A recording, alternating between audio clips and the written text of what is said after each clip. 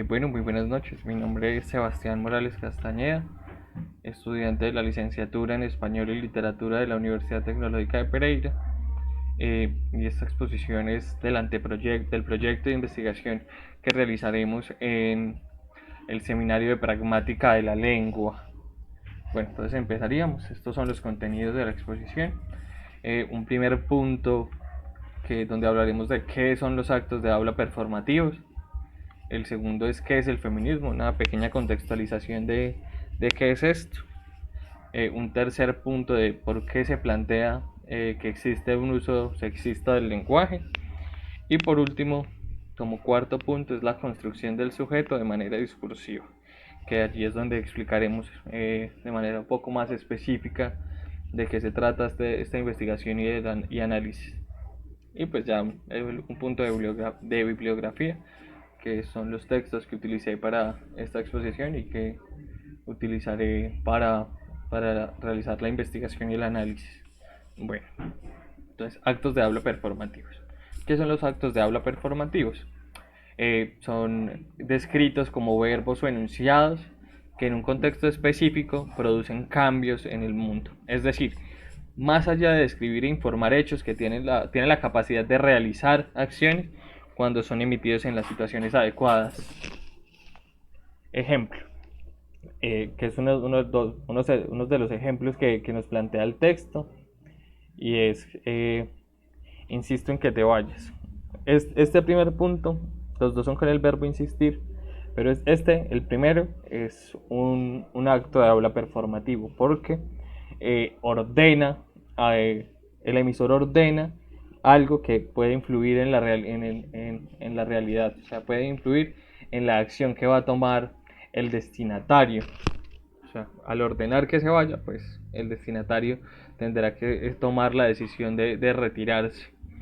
Un segundo ejemplo es de que lo que no es un acto de habla performativo, a pesar de que se utilice el mismo verbo insistir. Y es, insisto en que la respuesta 5 está en la página 5. Este no es un acto de habla performativo, ya que simplemente se utiliza el verbo insistir como una afirmación, o sea, como reafirmar algo, y no como algo que puede modificar la realidad como tal. Bueno, entonces ya que tenemos claro que es un acto de habla performativo, pasaríamos a ejemplificar qué es el feminismo. El feminismo o los feminismos son definidos por Reverter en 2002 como: el feminismo es tanto una teoría como un movimiento social. Hay muchas y diferentes teorías feministas que tienen el punto común de luchas contra modelos asimétricos de poder según los cuales privilegian a los hombres. Es una definición muy básica del feminismo. Trata meramente de esto, pues también hay que incluir allí que el feminismo también lucha por los derechos de toda la comunidad LGBTIQ como minorías que están desiguales en cuanto a derechos. Para contextualizar también un poco más del feminismo, pues el feminismo ha tenido una serie de olas que se plantean de 3 a 4 olas. Una primera que meramente se trataba de derechos en general, sobre la tratar de igualar en derechos a los hombres. La segunda ola ya va un poco más allá y es por la necesidad de el derecho al voto de las mujeres. Aquí se conocen movimientos como las sufragistas y demás. Y una tercera ola que ahora está en debate sobre si en serio se superó esta ola o no, que es por los derechos sociales y reproductivos de las mujeres. Entonces, pues, esto es el feminismo en general. De allí pasaríamos al por qué se plantea que existe un uso sexista del lenguaje. Y es que se podría plantear el uso sexista del lenguaje desde una perspectiva histórica. Esta iniciaría con el fin del matriarcado y por ende con el inicio del patriarcado. También la creación de la familia, que cuando el patriarcado se gesta, la familia pues también sufre un cambio allí y pasa a ser de la sindiásmica y posteriormente la familia monógama, que es la familia que hoy por hoy conocemos en nuestra sociedad. Los primeros, además que por este mismo tiempo se dan los primeros registros escritos, por fin tenemos cuenta del lenguaje, o sea, el lenguaje se gesta con el inicio del patriarcado.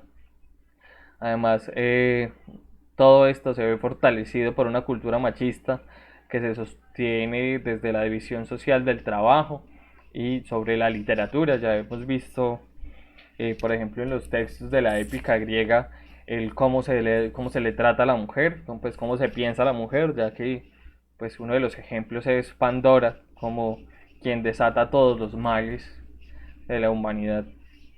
Monit Witting nos dice que se trata de un campo político, esto frente al lenguaje.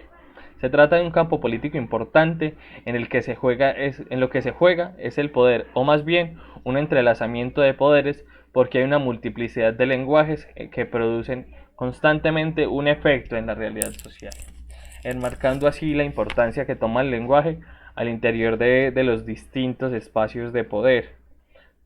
O sea, nos muestra que el lenguaje es algo sumamente importante y pues, debe tenerse en cuenta a la hora de debatir estas cosas. Ay, pues, y más ahora que hay tantos debates sobre las modificaciones que se le deben hacer al lenguaje, que si se debe aceptar la X, que si se debe aceptar la Y, pues esto es sumamente importante. Además porque se tiene que entender el lenguaje como un transformador social y modificador cultural, que puede modificar las estructuras mentales. Además porque hay una multiplicidad de factores simbólicos que nos forman como sujetos, que es lo que vamos a ver, como es la pornografía, como es el lenguaje utilizado por los medios de comunicación masivos, como son los periódicos, la radio, ahora las redes sociales y demás. Y ya continuaríamos con la construcción del sujeto de manera discursiva. Y es que el centro de esta investigación es analizar qué actos discursivos están en el proceso de construcción del individuo dentro de ciertas convenciones sociales, reafirmando así el contrato social heterosexual y machista y misógino. Teniendo en cuenta el contrato social heterosexual, como lo plantea Monique Witting en el pensamiento heterosexual y otros ensayos, que es sobre el que se sostiene esta sociedad, que es el que nos plantea ciertos tópicos, eh, que no solamente mantiene relaciones estrechas con la realidad social y la opresión de las mujeres, sino que pues ese mismo ejerce poder sobre ellas. Y pues este estudio pues, lo realizaremos basándonos desde la Constitución Política de Colombia, utilizando también distintos textos que ya han realizado este estudio, pues un estudio frente a cómo la Constitución Política de Colombia reafirma los valores machistas y se centra en lo heterosexual dentro de esto.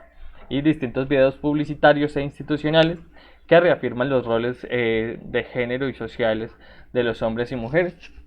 Esta investigación y análisis se va a centrar principalmente en el papel de la mujer en todo esto. Además porque en el texto Actos de Habla y Feminismo realizado por Reverter, pues también nos plantea que hay que estudiar más allá de qué es lo que genera el lenguaje, sino cómo el lenguaje también nos forma como sujetos, ya que esto reinscribe en el cuerpo de las normas sociosimbólicas. Eh, Algunos tópicos de estos, por ejemplo, cómo se manifiesta la familia, cuál es el trato que se le da al concepto de familia, ya que pues se centra en el concepto de familia tradicional. Pues toda una corriente de género que también estudia la maternidad, por ejemplo, cómo se habla de la maternidad y cuáles son esas cargas simbólicas que se dan a las mujeres en cuanto a la necesidad de ser madres. Además, pues el género que ahora se plantea que es algo que no es estable, no es fijo y que se crea a lo largo. Y pues la repetición de estas convenciones institucionaliza y naturaliza pues lo que venimos estudiando. Entonces, este sería el punto central eh, de la investigación. Los textos bibliográficos que utilicé y que cité en esta exposición son Actos de Habla y Feminismo, el capítulo de Actos de Habla y Feminismo de la Sociedad de Filosofía de París. El texto como tal es de Reverter, pero se encuentra al interior de las ponencias realizadas en el 14º Congreso de Valencia, de Filosofía de Valencia, y El pensamiento heterosexual y otros ensayos de Witting. Además, también se toma como referencia el texto de Engels, la creación de la familia, la propiedad privada y el Estado. Entonces, ese sería el final de la exposición.